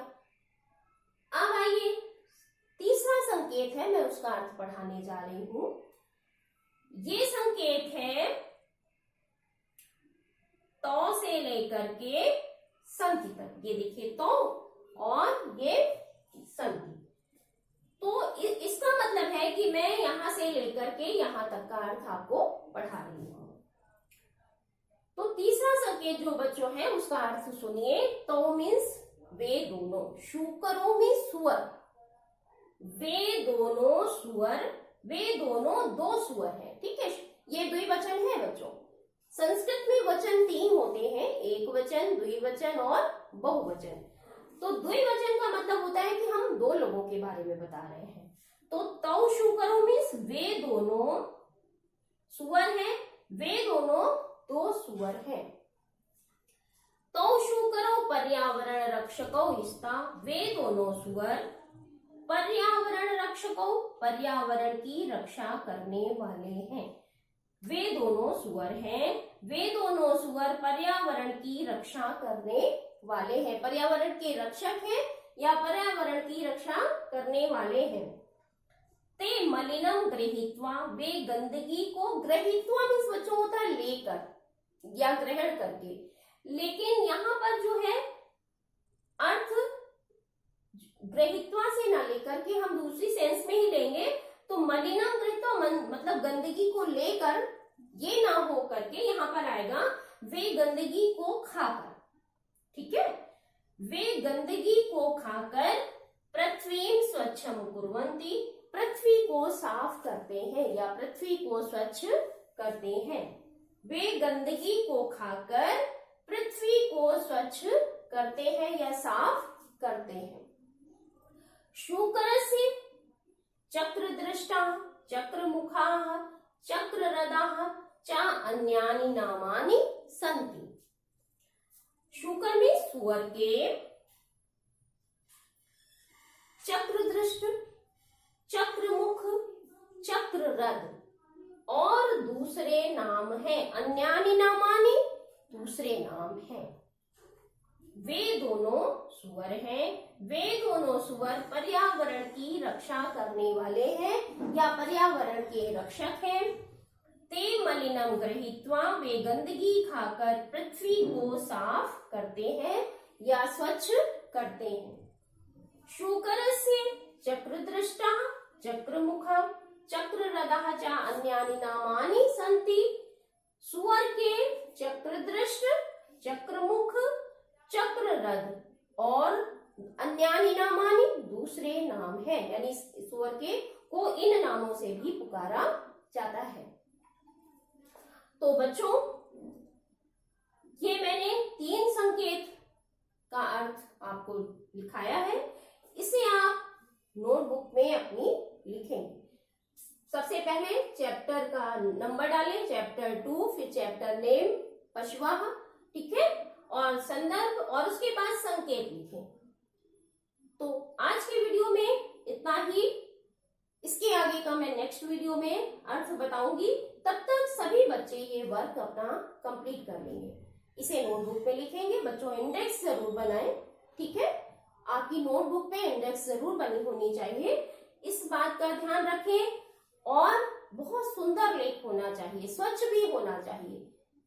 बहुत ध्यान से करें, कटिंग नहीं होनी चाहिए, तो आपका प्रेजेंटेशन बहुत अच्छा हो। आप वर्क अपना अच्छा करें, इस बात का विशेष ध्यान रखें। तो आप इसे अपनी नोटबुक में लिखें। धन्यवाद। आपका दिन मंगलमय हो।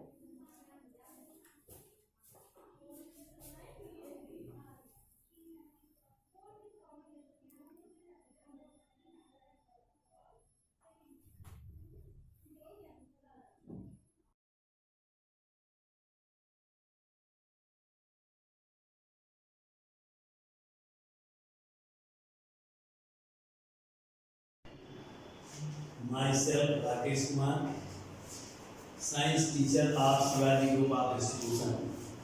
साइंस क्लास में हिंदी मीडियम 6 क्लास के बच्चों का स्वागत है। तो बच्चों, इस क्लास में चैप्टर पदार्थ और उनका पृथक्करण में आगे आप पढ़ेंगे शुद्ध पदार्थ एवं मिश्रण में अंतर। तो शुद्ध पदार्थ और मिश्रण में क्या क्या अंतर होता है, ये जानने के लिए पेज में कम से कम 5 लाइनों में 20 लाइन खींच लेंगे।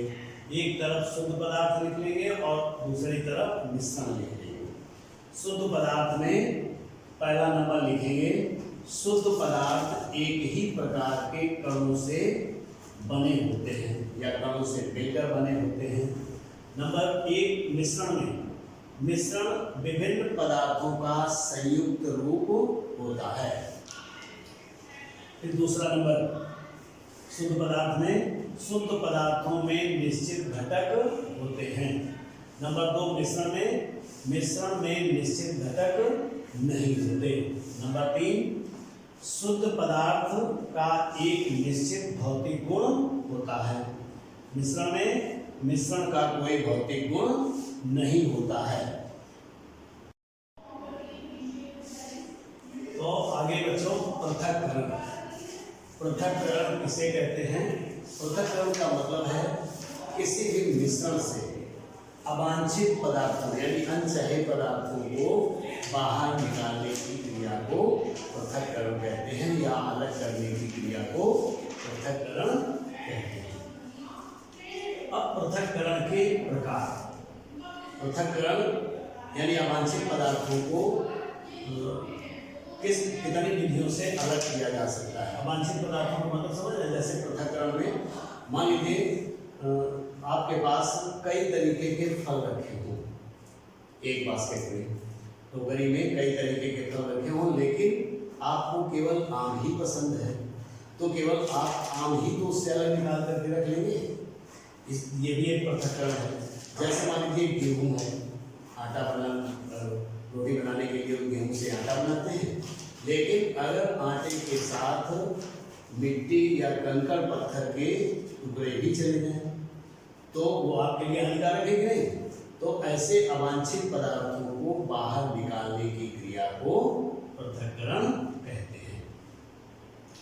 अब पृथक्करण के प्रकार में है नंबर 1, हस्तचयन विधि।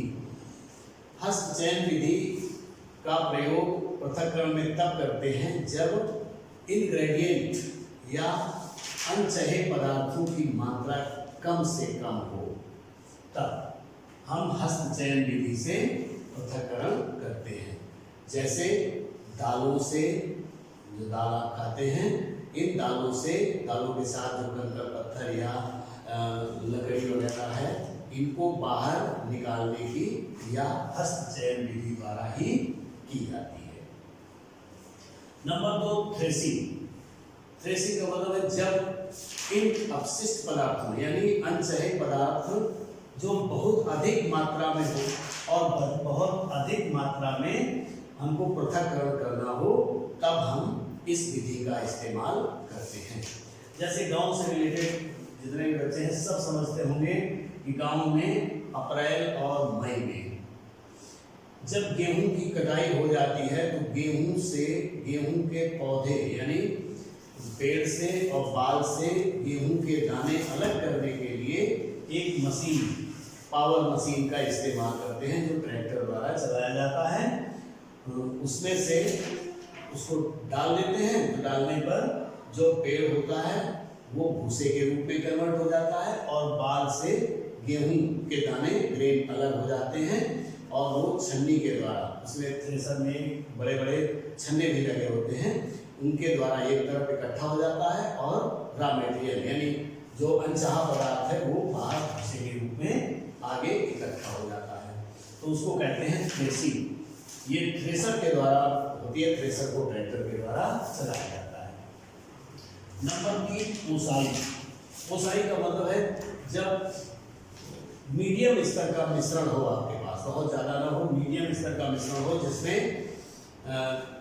लकड़ी, मिट्टी, धूल आदि के कण मिले हों, तब हम इसका इस्तेमाल करते हैं। इसमें एक बर्तन होता है जो काफ़ी छिछला होता है, बहुत गहरा नहीं होता है, छिछला होता है। उसमें उन सभी मिश्रण को भर करके और तेज हवा में ऊंचे स्थान पर खड़े होकर के तेज हवा में उसको ऊपर से छोड़ने पर उससे मिट्टी और भूसे वगैरह के कण अलग हो जाते हैं और दाने भारी होने के कारण वो नीचे गिर जाते हैं, भूसा और मिट्टी दूर गिरते हैं। तो इसको कहते हैं ओसाई। नंबर 4 है चालन। चालन विधि में, चालन विधि क्या है? जैसे जब आप आटे से रोटी बनाते हैं, तो जब आप गेहूं से आटा बनवा के आटा चक्की से लाए तो उसमें गेहूं का छिलका भी उसके साथ सम्मिलित है। तो गेहूं के छिलके को अलग करने के लिए एक छोटी सी छन्नी होती है या चलनी कहते हैं उसको, उस चलनी के द्वारा, चलनी में आटे को डालकर और हिला देने पर समान प्रकार के कण नीचे गिर जाते हैं और छिलका या भूसी जो गेहूं की भूसी है वो ऊपर रह जाती है और उसको अलग कर लेते हैं। समान प्रकार के कण नीचे गिर जाते हैं और उनको फिर पानी के साथ वो करके रोटी बना ली जाती है। तो इसको कहते हैं चालन। फिर है निस्पंदन। निस्पंदन विधि में कई सारे मिश्रण को लिक्विड के रूप में होता है और कई सारे मिश्रण को अलग करने के लिए, अपशिष्ट पदार्थों को अलग करने के लिए निस्पंदन का प्रयोग करते हैं। निस्पंदन के लिए अब बहुत सारे यंत्र आ गए हैं, जैसे फेवरेट वगैरह, ये इस तरीके से उनमें शुद्ध पानी आपको मिलता है और अपशिष्ट पदार्थ बाहर चले जाते हैं। नंबर 6 है चुंबकीय पृथक्करण। अब ध्यान दें, अगर मिश्रण में कोई लोहे आदि के बारीक कण उसमें मिले हों तो उनको निकालना भी बहुत मुश्किल का काम है, क्योंकि ना तो उनको हम चालन विधि से अलग कर सकते हैं ना ओसाई से, क्योंकि वो भी ग्रेन के बराबर भारी होते हैं, वो हवा में दूर नहीं जाएंगे उनको। उसमें हम चुंबकीय पृथक्करण का विधि का इस्तेमाल करेंगे। चुंबकीय पृथक्करण विधि में एक चुंबक को मिश्रण के ऊपर धीरे धीरे घुमाने पर जो लोहे आदि के कण हैं वो चुंबक में चिपक जाएंगे और उससे मिश्रण से अलग हो जाते हैं, अलग कर लिए जाते हैं। फिर अगला नंबर है वाष्पीकरण। वाष्पीकरण का मतलब है पानी, जैसे पानी और चीनी को मिलाकर शरबत बनाया जाता है। अगर हमको चीनी को पानी से अलग करना हो तो पानी को एक निश्चित टेम्परेचर पर गर्म करना रहता है।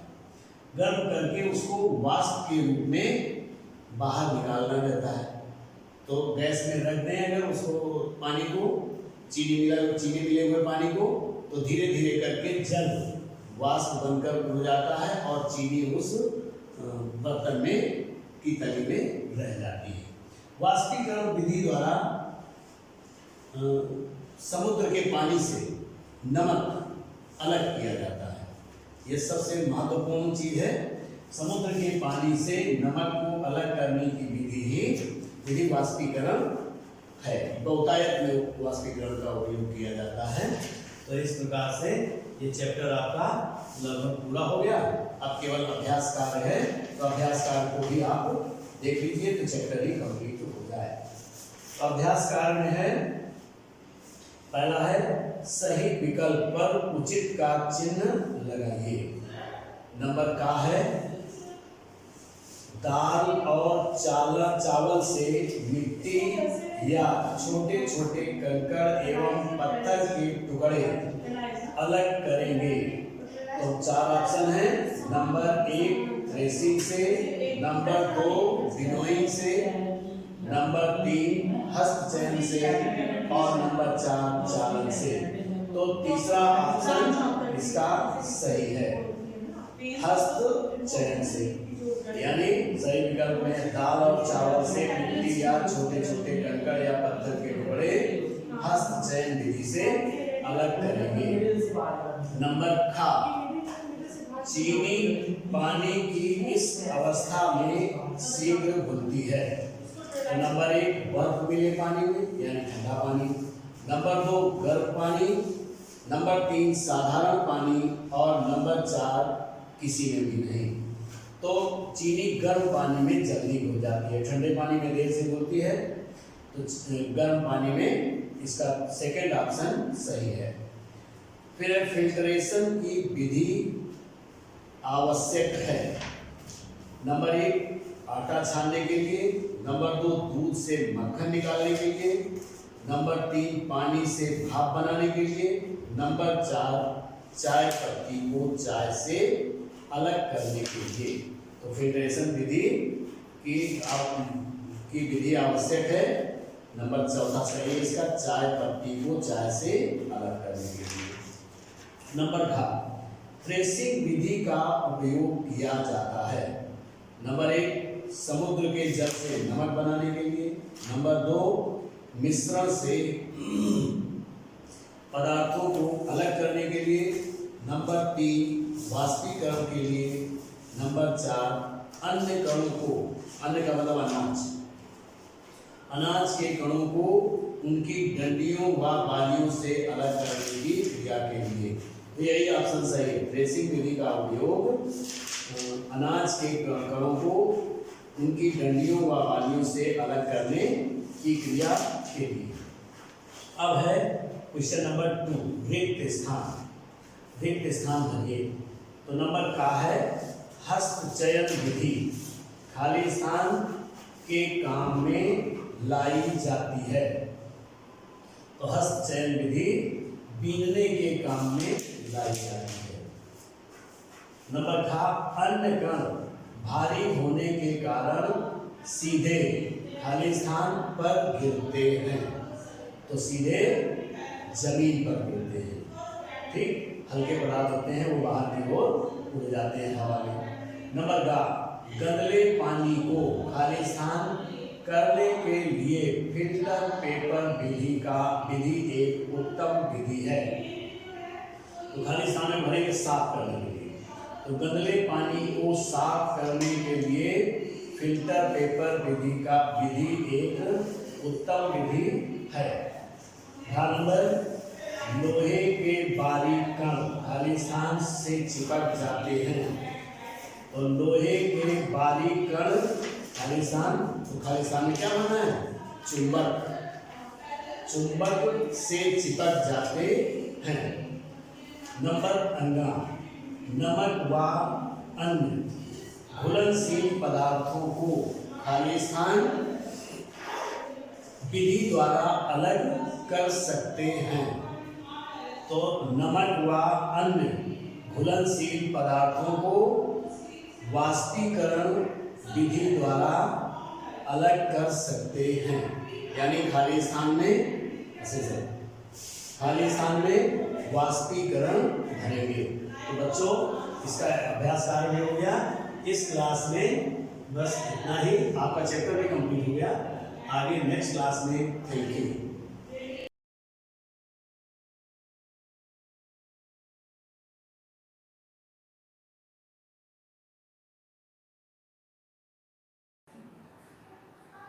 Good morning student. बच्चों ये क्लास 6H में कंप्यूटर की क्लास है, चैप्टर नंबर 2 विंडोज़ एक्सपी। पिछली क्लास में हम लोगों ने विंडोज़ एक्सपी के बारे में पढ़ा था कि विंडोज़ एक्सपी आपका एक ऑपरेटिंग सिस्टम है। ये आपका एक बहुत ही पॉपुलर, बहु प्रचलित ऑपरेटिंग सिस्टम है जिसमें कि GUI फैसिलिटी प्रोवाइड होती है। ठीक है, ये GUI फैसिलिटी पर आधारित एक ऑपरेटिंग सिस्टम है। इसकी निम्नलिखित विशेषताएं हैं। इन शॉर्ट हम आपको इसकी विशेषताओं के बारे में बता रहे हैं कि सबसे पहले तो इसमें एक हाई स्पीड मेमोरी होती है और ये और ऑपरेटिंग सिस्टम की अपेक्षा जो है वो तेज गति से कार्य करता है। फिर उसके बाद इसमें प्लग एंड प्ले की सुविधा होती है। प्लग एंड प्ले का मतलब क्या होता है कि इसमें जो है हम कोई भी नया हार्डवेयर जो है वो बहुत आसानी से इंस्टॉल कर सकते हैं। ठीक है, एक बार जो इसके प्रीवियस वर्जन थे उसमें ये होता है कि अगर हम लोगों ने किसी हार्डवेयर को इंस्टॉल किया है तो फिर उसके बाद जब हम हार्डवेयर को इंस्टॉल करने के बाद हमें सिस्टम को रीस्टार्ट करना पड़ता है, फिर उसके बाद वो वर्क में आता है। पर यहाँ पे क्या है, आपने इजीली इसको कोई भी हार्डवेयर जो है उसको इंस्टॉल किया, यानी कि किसी भी नए हार्डवेयर को जोड़ना जो है वो प्लग और प्ले सुविधा के फैसिलिटी से आराम हो जाता है, यानी कि सिस्टम को अपग्रेड करना जो है वो आसान हो जाता है। ठीक है, आपने किसी हार्डवेयर को अटैच किया और हार्डवेयर की एक अपनी अलग ही डायरेक्टरी पड़ी है, ड्राइव पर में मतलब फोल्ड, जहाँ पे ये आराम से उसी जगह पे जाके प्रॉपर ये इंस्टॉल हो जाता है और रीस्टार्ट नहीं करना पड़ता है इसके लिए। ठीक है, उसके बाद थर्ड इसकी एक विशेषता ये है कि आप अपने कंप्यूटर पे, डेस्कटॉप पे जो भी हमारे डिजायर्ड प्रोग्राम और आइकन्स हैं उनको हम अपनी इच्छा के अनुसार डेस्कटॉप पर व्यवस्थित कर सकते हैं। ओके, डेस्कटॉप पर हम लोग इसको इंस्टॉल कर सकते हैं। इसके अलावा इसमें एक फैसिलिटी ये भी है कि नेटवर्क और इंटरनेट गेम, यानी कि हम लोग इसमें नेटवर्क और इंटरनेट से रिलेटेड जितने भी गेम्स हैं उनको हम प्रॉपर अच्छे तरीके से यूज़ कर सकते हैं, यानी कि नेटवर्क से संबंधित गेम्स को हम एंजॉय कर सकते हैं, एंटरटेनमेंट कर सकते हैं उनके थ्रू। और नेटवर्क और इंटरनेट दोनों, यानी गेम हम लोग इंटरनेट के थ्रू कोई भी गेम जो है वो नया गेम डाउनलोड कर सकते हैं। मेल और स्लाइड, एक्सपी में आपकी मेल की सुविधा होती है, यानी कि हम लोग जब इंटरनेट यूज़ कर रहे हैं तो हम किसी को मेल भेज सकते हैं, मेल हम कोई रिसीव कर सकते हैं। स्लाइड का क्या होता है कि इसमें हम लोग प्रेजेंटेशन, यानी पावर प्रेजेंटेशन एक फैसिलिटी होती है जिसके थ्रू हम लोग एक्सपी में आप जो है बेहतरीन जो है वो अच्छी स्लाइड्स जो है बना करके आप अपने किसी भी ऑब्जेक्ट को जो है वो रिप्रेजेंट अच्छी तरीके से कर सकते हो। तो बच्चों ये इसकी हो गई विशेषताएं। उसके बाद हम लोग इसी में ही अभी पढ़ेंगे कि हम लोग जो है वो विंडोज एक्सप्लोरर क्या होता है। इसके बाद बच्चों आपका स्क्रीन जो है वो, जैसे ही आप विंडोज एक्सप्लोरर, नेक्स्ट टॉपिक आपका है विंडोज एक्सप्लोरर क्या होता है। विंडोज एक्सप्लोरर को हम लोग फाइल एक्सप्लोरर भी कहते हैं।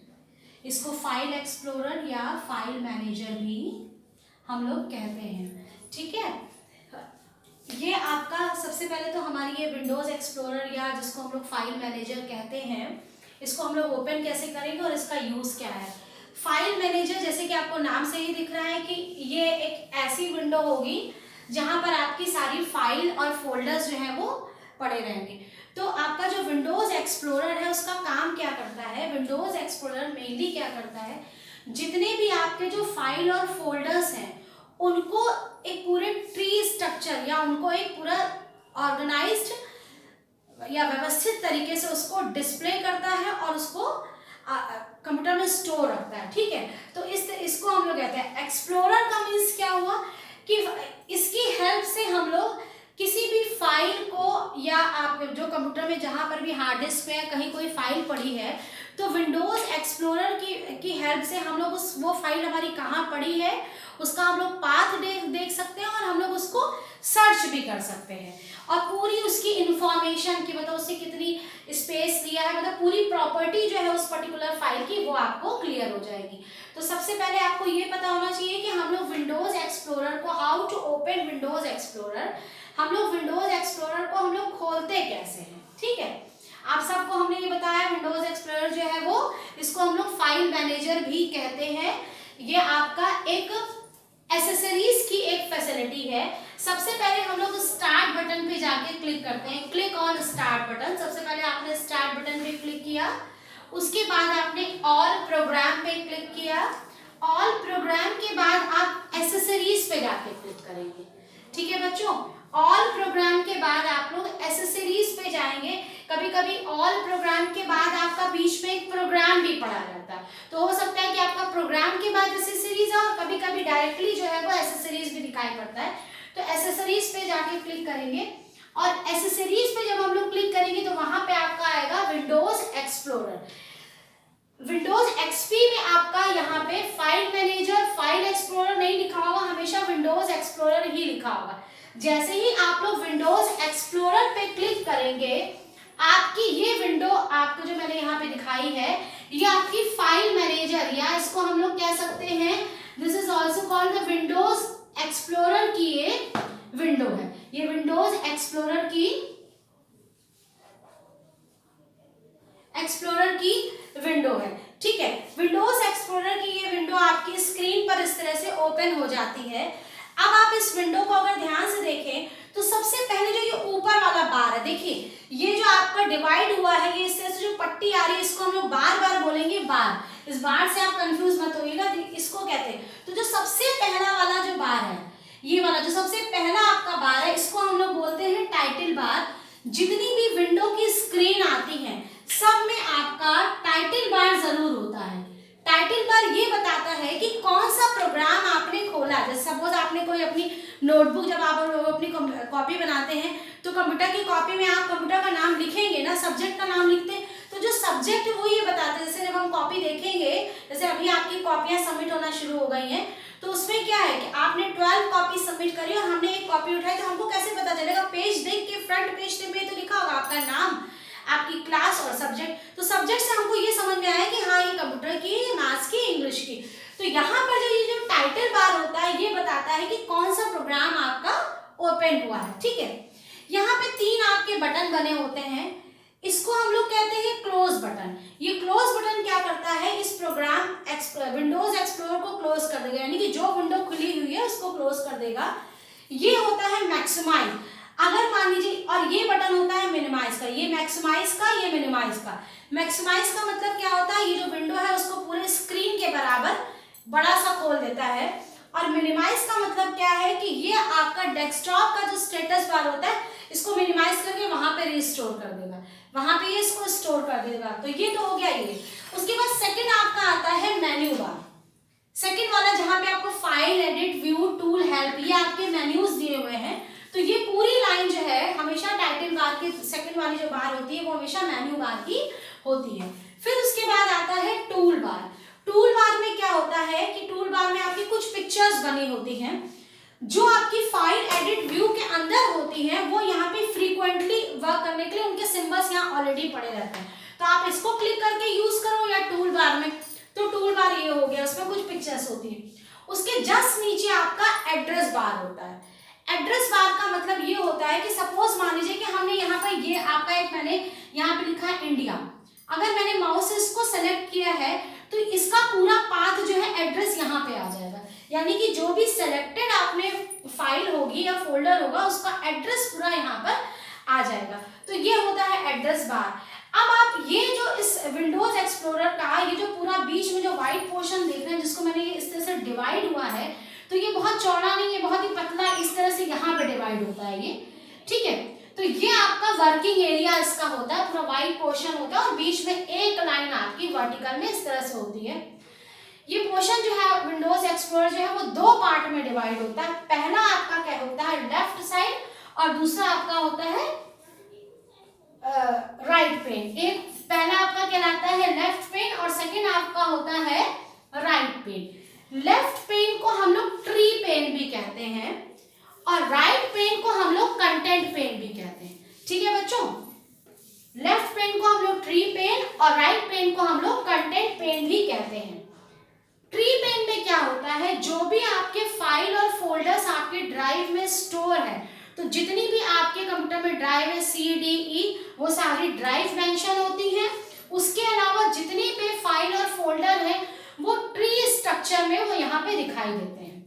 कंटेंट पेन में क्या होता है कि कंटेंट पेन में सपोज आपने मान लीजिए क्रिकेट आपने यहाँ पे सेलेक्ट किया है, तो हम लोग जो ट्री पेन से जो फाइल या फोल्डर हम लोग सेलेक्ट करते हैं, जो ड्राइव हम लोग सेलेक्ट करते हैं, उसकी डिटेल जो है वो कंटेंट पेन में दिखाई पड़ती है। ठीक है बच्चों, तो ये चीज क्लियर हो गई। सबसे नीचे आपका आता है ये स्टेटस बार, हर विंडो में होता है, ये डार्क कलर का होगा आपका, जिसको हम लोग कहते हैं स्टेटस। स्टेटस का मतलब ये होता है कि अब आपका जो यहाँ पे जो आपकी फाइल जो खुली हुई है, जो फाइल वर्किंग में है, उसका स्टेटस यहाँ पे दिखाता है। तो इस तरह से बच्चों हम लोग सिंपल जो आपका आज हम लोगों ने विंडोज एक्सप्लोरर का जो विंडो है इसको समझ लिया है। कल से हम लोग इसके मेन्यूज जो है, ये फाइल मेन्यू में क्या होता है, एडिट मेन्यू में क्या है, इसके अंदर की हम लोग वर्किंग समझेंगे। Thank you, have a nice day.